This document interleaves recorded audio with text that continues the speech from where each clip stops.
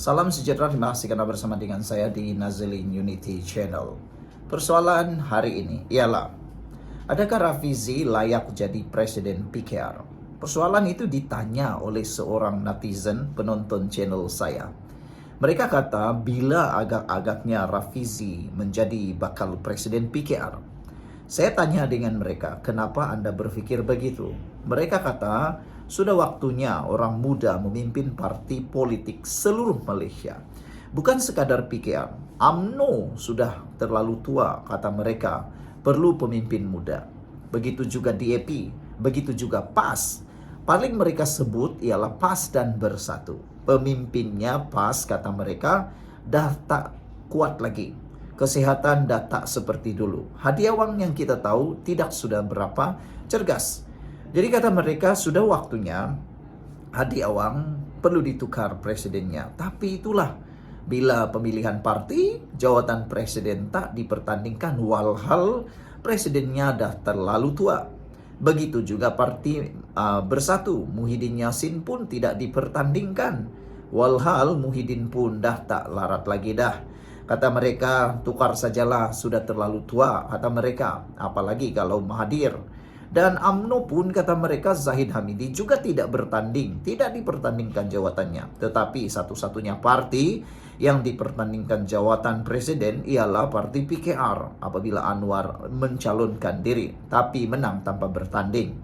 Jadi kata mereka, mungkin sudah waktunya Rafizi memimpin PKR. Karena Rafizi adalah anak muda yang mempunyai kekuatan dan kepimpinan yang tersendiri. Beliau mampu menarik sokongan pengundi anak-anak muda. Apa pula pendapat kamu? Betulkah Rafizi perlu menjadi Presiden PKR? Sebelum kita teruskan, saya nak kongsi dengan Anda semua satu produk yang terbaik yang ada di seluruh dunia. Produk ini produk For Life Transfer Factor.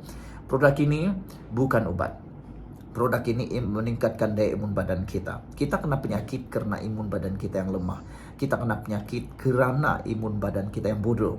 Dengan memakan produk ini, imun badan kita akan ditingkatkan sehingga 400%, tapi juga akan dididik menjadi imun badan yang pintar, bukan bodoh sehingga menyerang diri sendiri. Cepat beli produk ini karena produk ini mampu membantu menyembuhkan semua jenis penyakit.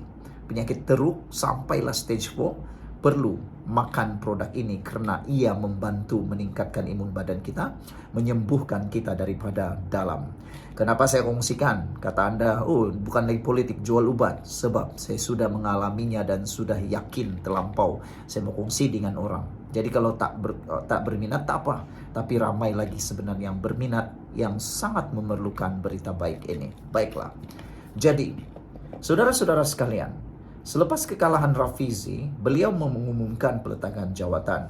Dan beliau kata, beliau ada rancangan tersendiri. Walaupun terdapat spekulasi mengenai peranan masa depan Rafizi dalam PKR, termasuk kemungkinan dilantik semula ke jawatan tertentu, tiada pengesahan rasmi telah dibuat. Rafizi sendiri menegaskan bahwa beliau tidak berminat dengan sebarang jawatan lantikan dalam parti.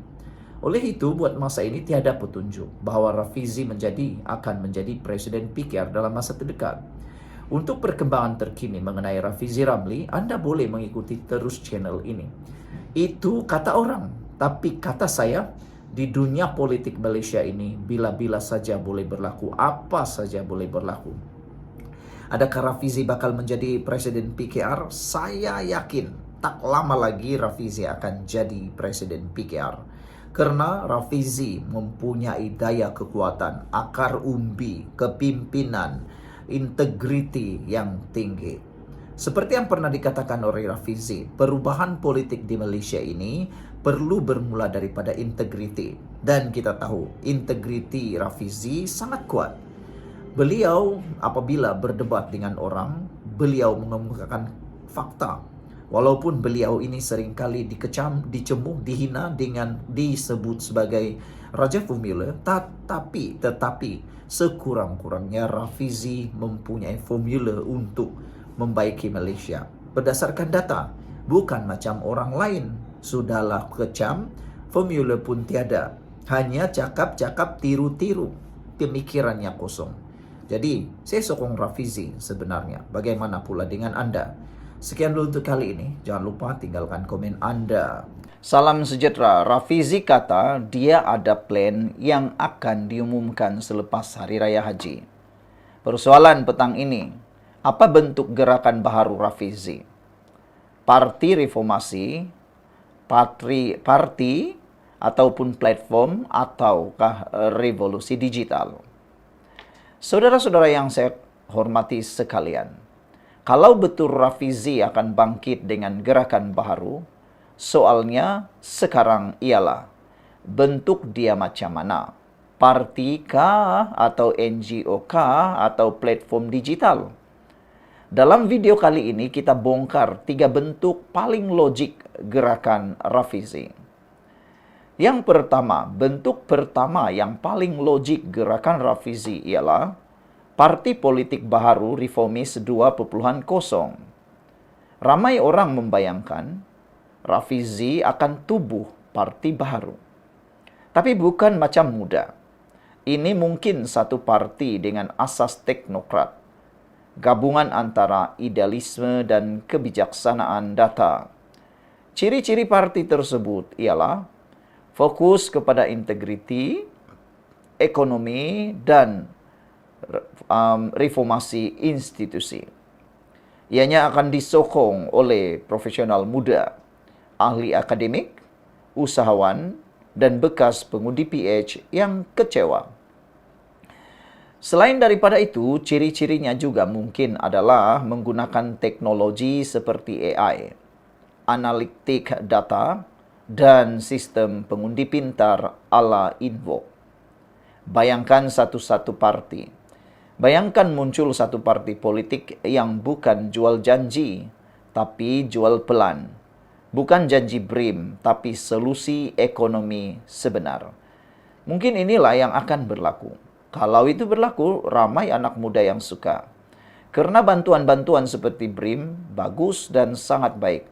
Tetapi sampai bilakah rakyat Malaysia akan terus bergantung pada bantuan? Kita tidak boleh terus bergantung hanya semata-mata kepada BRIM.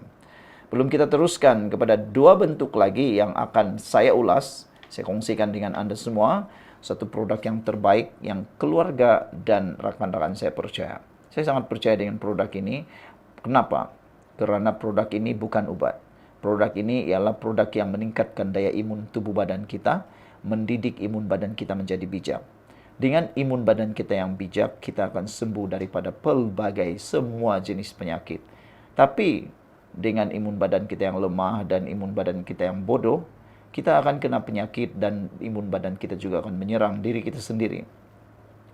Produk ini sangat baik, berbaloi untuk Anda beli. Semua jenis penyakit memerlukannya. Jadi jangan tunggu lama, karena saya sangat percaya dengan produk ini. Kalau saya sudah percaya, kenapa Anda tak percaya? Cepat hubungi nomor yang tertera, WhatsApp saya di nomor tertera. Baiklah saudara, bentuk kedua yang mungkin akan berlaku dalam gerakan Rafizi ialah gerakan digital think tank reformasi. Rafizi mungkin akan pilih berada di luar sistem, tapi menggerakkan sistem dari luar. Ciri-ciri gerakan digital atau think tank reformasi ini ialah ianya mungkin sebuah platform intelektual, bebas politik kepartian. Fokusnya kepada pendidikan politik digital, latihan kepimpinan, penyelidikan dasar ekonomi, rangkaian kerjasama dengan universiti, profesional, dan usahawan. Mesej yang pernah dikatakan oleh Rafizi sebelum ini yang boleh menjadi sandaran kepada teori ataupun gerakan bentuk kedua ini ialah kita tidak perlu jawatan untuk ubah negara, kata Rafizi.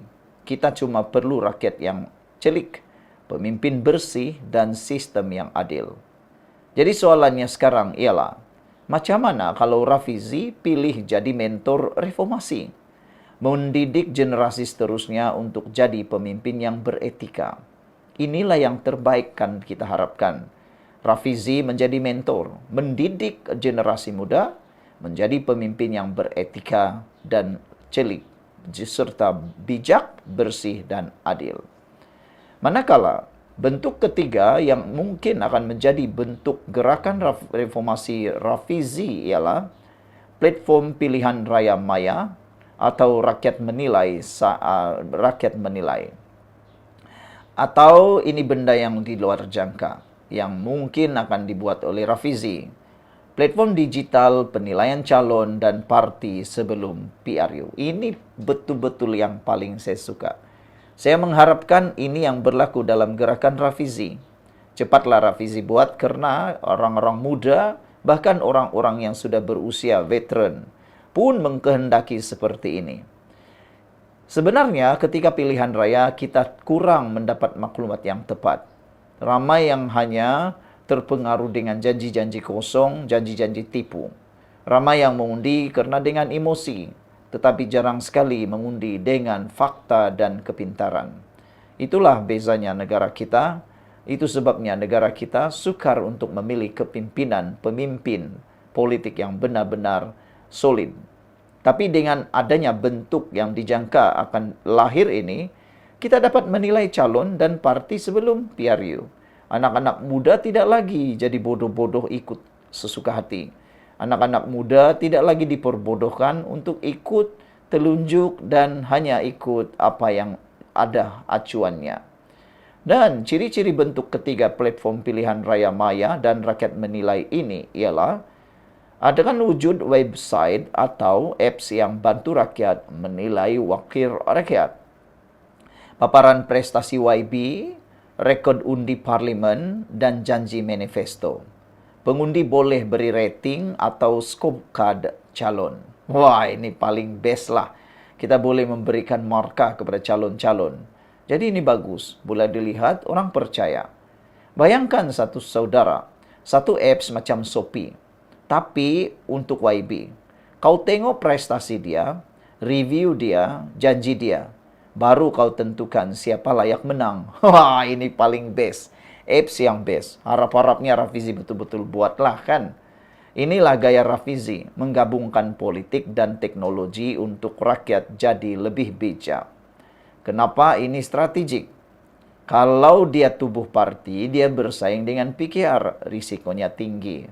Tapi kalau dia buat platform, dia boleh influence semua parti, termasuk PKR, DAP dan UMNO. Ini bukan soal nak jadi Perdana Menteri. Ini soal ubah struktur politik dari akar. Jadi secara kesimpulannya saudara, Rafizi diam sekarang, tapi setiap gerakan dia penuh makna. Kalau dia tubuh parti, politik Malaysia akan bergoncang. Kalau dia bangkit sebagai pendidik politik, sistem akan berubah. Kalau dia bina platform digital, rakyat akan bangkit. Nah, saudara, parti atau platform, atau apapun bentuknya, gerakan Rafizi pasti mencipta gelombang. Sekian untuk kali ini, jangan lupa tinggalkan komen Anda.